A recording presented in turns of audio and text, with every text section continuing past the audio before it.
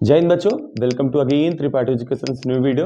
और आज का हमारा टॉपिक है, जैसा कि हमने कल बनाया था, पूरा इलेक्ट्रोस्टैटिक्स एक वीडियो में हमारा कवर अप हुआ था। तो आज हम मैग्नेटिज्म के 2 चैप्टर्स जो हैं उनको पूरा इसी वीडियो में हम कवर करेंगे।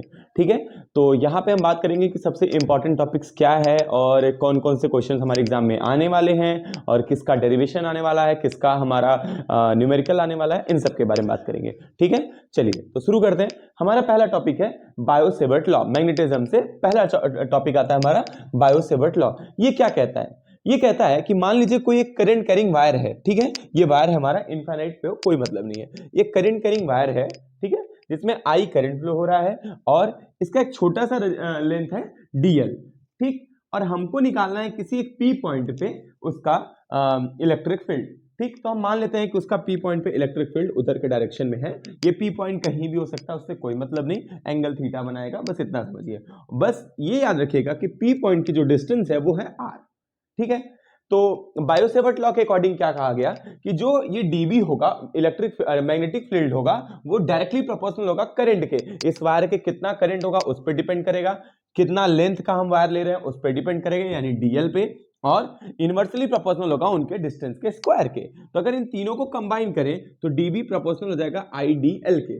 ठीक है, और क्रॉस ले लेते साइन थीटा हो जाता है और अपॉन में आर स्क्वायर आ जाता है। और जब यहाँ प्रोपोर्शनलिटी का सिंबल हटाते हैं तो डीबी इज इक्वल टू के आइडियल साइन थीटा अपॉन में आर स्क्वायर, और यहाँ पे के की वैल्यू म्यू नॉट अपॉन में 4 पाई है। ठीक है, अच्छा, तो ये हमारा बायो-सेवर्ट लॉ कहता है। इसको ध्यान से देखिएगा क्योंकि ये हमेशा 2 नंबर या 3 नंबर में पूछ देता है, बायो-सेवर्ट लॉ क्या है और क्या कह रहा है। ठीक है, तो ये हमारा रहा बायो-सेवर्ट लॉ। इसके बाद का हमारा टॉपिक होगा एम्पियर सर्किटल लॉ। तो आप लोग इसको नोट डाउन कर लीजिए, उसके बाद हम एम्पियर सर्किटल लॉ की बात करेंगे। ठीक है, तो अब हमारा ये एम्पियर सर्किटल लॉ की बारी है। ठीक है, जैसा कि अब हमारा दूसरा टॉपिक है एम्पियर सर्किटल लॉ। तो यहाँ पे ध्यान दीजिएगा, आप लोग का टाइम बचाने के लिए हमने पहले लिख लिया इसको।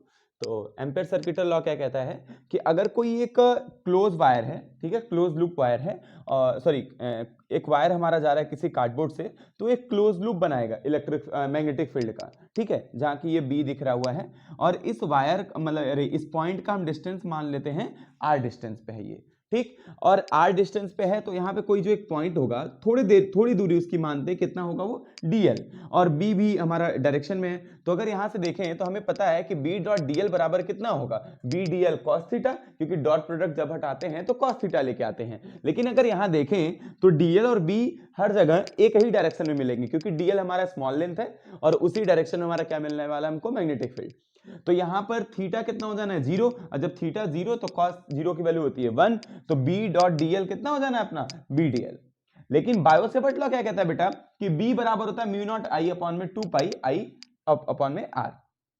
तो अगर यहां से इस b की वैल्यू यहां पे उठा के पुट कर दें इस जगह पे, तो कितना हो जाना है म्यू नॉट अपॉन में 2 पाई r और इनटू i, और सरफेस इंटीग्रल लिए तो यहाँ पे इंटीग्रल किसका हो जाएगा, l का। ठीक, तो सॉरी एक चीज यहाँ पे, यहाँ डीएल होगा, माय मिस्टेक, तो ये डीएल हो जाएगा, और डीएल का इंटीग्रेशन करेंगे तो कितना आ जाना है एल। तो एल क्या है बेटा, इस पूरे इस पूरे लूप का लेंथ है।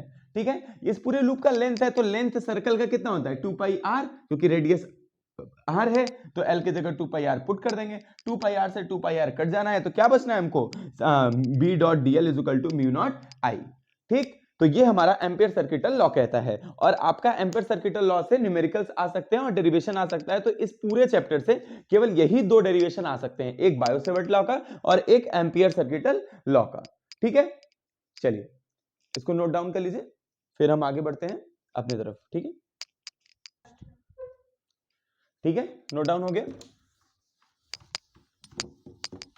अब हमारा जो बात करना है वो हमारा टॉपिक है सोलेनॉइड के बारे में। यहां से आपका कोई डेरिवेशन नहीं आता है, तो हम आपको समझा देते हैं। सोलेनॉइड क्या होता है, इसमें हम वायर का एक लूप ले लेते हैं, मान लीजिए ऐसा कोई लूप है, ठीक है, कोई एक ऐसा सोलेनॉइड का लूप है जहां पे इसका डायमीटर इसके लेंथ के अकॉर्डिंग बहुत ही बड़ा छोटा होता है। मतलब अगर इसका आर देख लें तो r much much much much greater than होता है इसके, अरे स्मॉलर देन होता है इसके लेंथ के। ठीक है, तो हमारा टॉपिक है कि magnetic field of a straight solenoid, किसी एक स्ट्रेट सोलेनॉइड में, यहाँ पे हम करंट दे दे रहे हैं बेचारे को, तो अगर स्ट्रेट सोलेनॉइड है कोई भी, तो इसके अंदर मैग्नेटिक फील्ड कितना होना है। तो देखिए यहाँ पे 2 पॉइंट पे आपको मैग्नेटिक फील्ड निकालना होगा, एक मैग्नेटिक फील्ड इनके बीच में, सेंटर में और दूसरा इनके मैग्नेटिक फील्ड किसी भी एक इंड पे, ठीक है।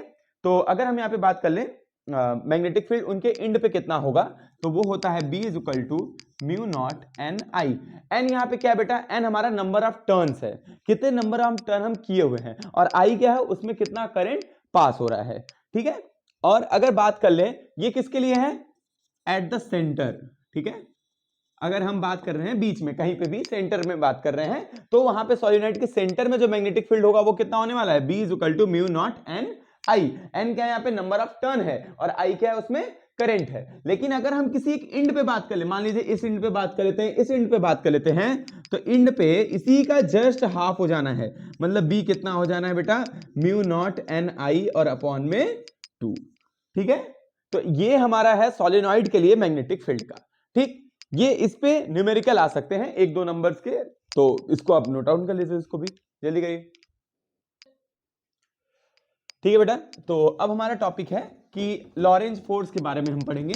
लॉरेंज फोर्स यानी कि अगर कोई भी लॉरेंज फोर्स के बारे में मतलब कि अगर कोई एक मूविंग चार्ज है, ठीक है, तो अगर कोई चार्ज मूव कर रहा है किसी मैग्नेटिक फील्ड में और इलेक्ट्रिक फील्ड में, तो उसके ऊपर फोर्स जो लगेगा वो कितना होगा।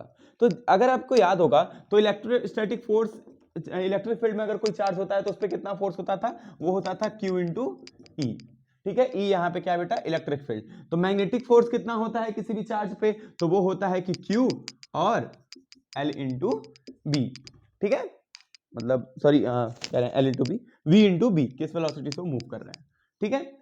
तो अगर हम इन दोनों को कंबाइन करना चाहें, पहले वाले को दूसरे वाले को, क्योंकि कह रहा है कि अगर मूविंग चार्ज है तो उसको मैग्नेटिक फील्ड और इलेक्ट्रिक फील्ड दोनों में कितना ज्यादा फोर्स उस पर लगने वाला है, दोनों में कितना ज्यादा फोर्स लगेगा, क्या लगेगा, तो हम इसको ऐड कर देंगे। F बराबर कितना हो जाएगा बेटा, QE + QV × B, ठीक है। ये किसके लिए है बेटा, हमारे लॉरेंज फोर्स के लिए। इस पे भी केवल न्यूमेरिकल आने वाले हैं, डेरिवेशन इसका भी नहीं आने वाला है, ठीक है। तो आप इसको देख लीजिए एक बार झट से, ठीक है बच्चों। तो अगर यहाँ पे देखें तो ये कैपिटल B कर लीजिएगा आप इसको, क्योंकि कैपिटल B यहाँ पे B वेलोसिटी है और B हमारा मैग्नेटिक फील्ड है, ठीक है। अब हम आगे आते हैं अपने अगले टॉपिक पे, यानी कि अगर 2 वायर हमारे हैं, करंट कैरिंग वायर हैं, जो पैरेलल हो एक दूसरे के बीच में और उनका कुछ डिस्टेंस हो, जैसे उनके बीच में कुछ डिस्टेंस हो, एक वायर है ये I1 करंट से जा रहा है, एक वायर है ये I2 करंट से जा रहा है, ठीक है, एक I1 और एक I2। मान लेते हैं कि इनके बीच का डिस्टेंस कितना है, R। अगर इनके बीच का डिस्टेंस कितना है बेटा, R, तो इनके बीच में फोर्स कितना होगा, तो फोर्स होगा म्यू नॉट अपॉन में 2 पाई I1 I2/R, ठीक है। अच्छा, ये हमारे इनके बीच में फोर्स लगना है, इस पे भी केवल न्यूमेरिकल ही आता है, ना कोई डेरिवेशन, ना डेरिवेशन है इनका, ना ही कुछ है, ठीक है। इस पे भी केवल आपको न्यूमेरिकल देखने को मिलेगा। उसके बाद का हमारा जो टॉपिक है, 2 टॉपिक है थ्योरी का। पहला टॉपिक कहता है कि कोई गैल्वेनोमीटर होता है, नाम होता होगा उसका। गैल्वेनोमीटर क्या होता है, कहते हैं कि एक ऐसा डिवाइस होता है जो माइन्यूट से करंट को भी, सेंसेबल करंट को, सेंसिटिव करंट को भी मेजर कर सकता है।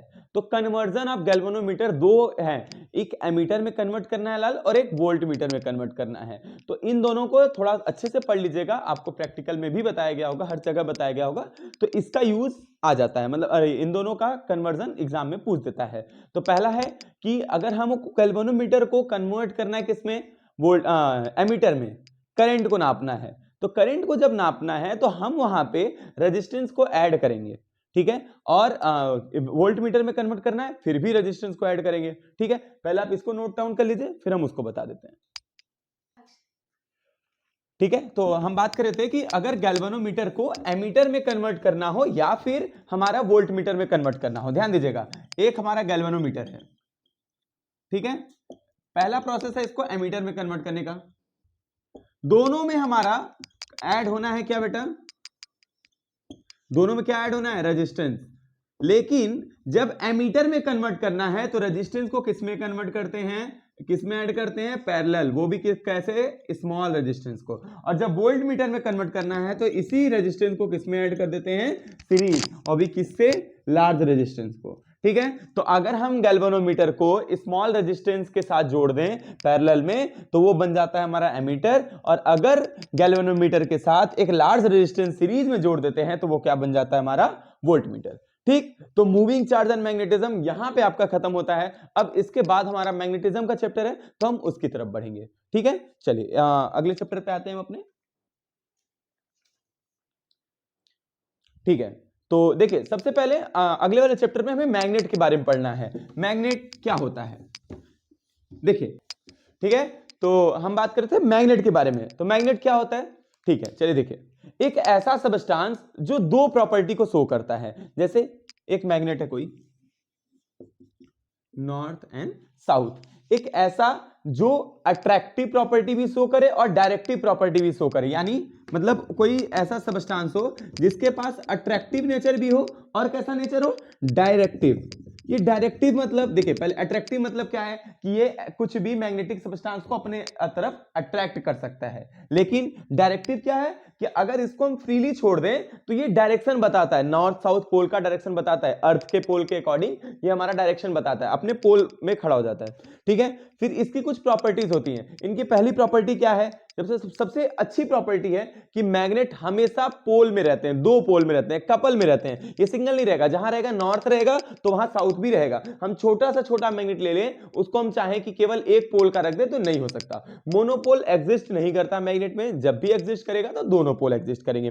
ठीक, उसके बात करें कि हम यहां पे दो अगर मैग्नेट को लेते हैं तो अगर उनका दो पोल एक जैसा है, मतलब लाइक पोल जो होते हैं वो क्या करते हैं, एक दूसरे को रिपेल करते हैं, और अगर अनलाइक पोल की बात करें तो क्या करते हैं, एक दूसरे को अट्रैक्ट करते हैं। ठीक, अच्छा, उसके बाद इनके पास हमने बता दिया कि इनकी अट्रैक्टिव प्रॉपर्टी है कि ये जितने मैग्नेटिक सबस्टांस होते हैं उसको अट्रैक्ट करेंगे, और डायरेक्टिव प्रॉपर्टी कि अगर इनको फ्रीली हैंग कर दिया जाए तो ये नॉर्थ साउथ के डायरेक्शन के अकॉर्डिंग हैंग कर जाएंगे। ठीक है, लटकते रहेंगे और उस डायरेक्शन शो करेंगे कि भाई इधर नॉर्थ पोल है, साउथ पोल है, जैसे भी है इनका। ठीक, फिर मैग्नेटिक मटेरियल में तीन मैग्नेटिक मटेरियल आते हैं। पहला आता है हमारा डायमैग्नेटिक मटेरियल, दूसरा आता है हमारा पैरामैग्नेटिक मटेरियल, और तीसरा आता है हमारा फेरोमैग्नेटिक मटेरियल।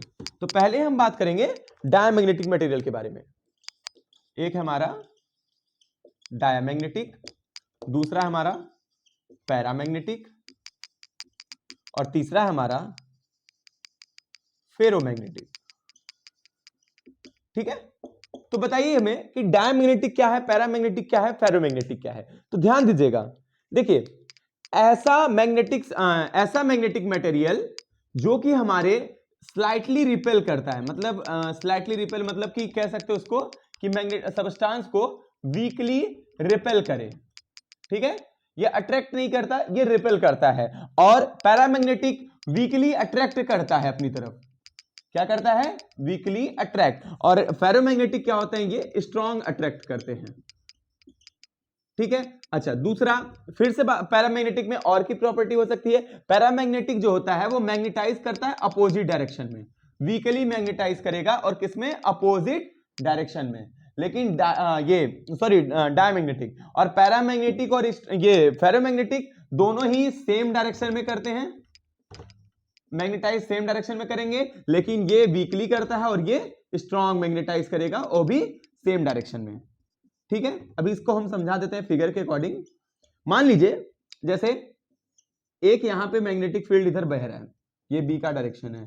ठीक, और यहां पे अगर हम एक सबस्टांस रखते हैं, तीन सबस्टांस रख देते हैं, अगर कोई सबस्टांस इसके अपोजिट में मैग्नेटाइज हो रहा है तो वो क्या है, हमारा डायमैग्नेटिक। और कोई सबस्टांस इसी के डायरेक्शन में हो रहा है लेकिन धीरे धीरे हो रहा है तो वो क्या है, पैरामैग्नेटिक। और अगर कोई तेजी से हो रहा है तो वो क्या है, हमारा फेरोमैग्नेटिक। ठीक है, इनको पढ़ लीजिएगा आप, इसके बारे में आराम से थ्योरी हमने भी नोट्स लिखवाए हुए हैं, तो आप इसको डायमैग्नेटिक, पैरामैग्नेटिक, फेरोमैग्नेटिक के बारे में अच्छे से पढ़ लीजिएगा, क्योंकि ये क्वेश्चंस इन तीन को हर बार पूछा जाता है। ठीक है, ये अभी इस वाले चैप्टर का बहुत ही ज्यादा इंपॉर्टेंट टॉपिक है।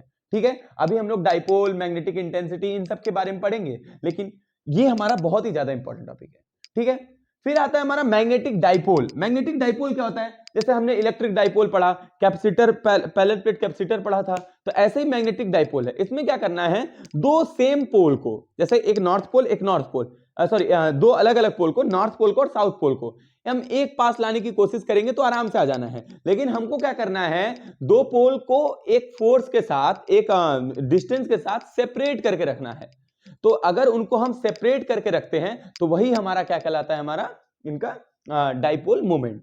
ठीक है, हम इसको भी बताएंगे, पहले आप इसको नोट डाउन कर लीजिए। ठीक है, तो अब हमारा लास्ट टॉपिक है इसका डाइपोल मोमेंट। ठीक है, मैग्नेटिक डाइपोल। तो मैग्नेटिक डाइपोल क्या है बेटा, अभी जैसे हमने बताया कि अगर हम दो सेम मैग्नीट्यूड के मैग्नेट को, जिसका पोल हमारा अलग अलग हो, डिफरेंट पोल को अगर हम एक स्मॉल डिस्टेंस से सेपरेट करें, जैसे एक यहाँ पे मैग्नेट है, एक यहाँ पे मैग्नेट है, और इनके बीच की लेंथ 12 है, ठीक है, और इनका पोल स्ट्रेंथ कितना दिया हुआ है, QM। तो इनके बीच का जो मैग्नेटिक पोल होगा, मैग्नेटिक डाइपोल मोमेंट होगा, उसको डिनोट करेंगे M से, और वो बराबर होने वाला है QM इंटू 2L। ठीक, अच्छा, अब इसके बाद यहाँ पे आता है मैग्नेटिक फील्ड इंटेंसिटी। ये बता देता है कि इसको डिनोट करते हैं, मैग्नेटिक फील्ड इंटेंसिटी को भैया H से डिनोट करते हैं। ठीक है, H बराबर होता है म्यू नॉट अपॉन में बी नॉट अपॉन में म्यू नॉट, और कहीं कहीं H बराबर ये भी देखने को मिलता है NI।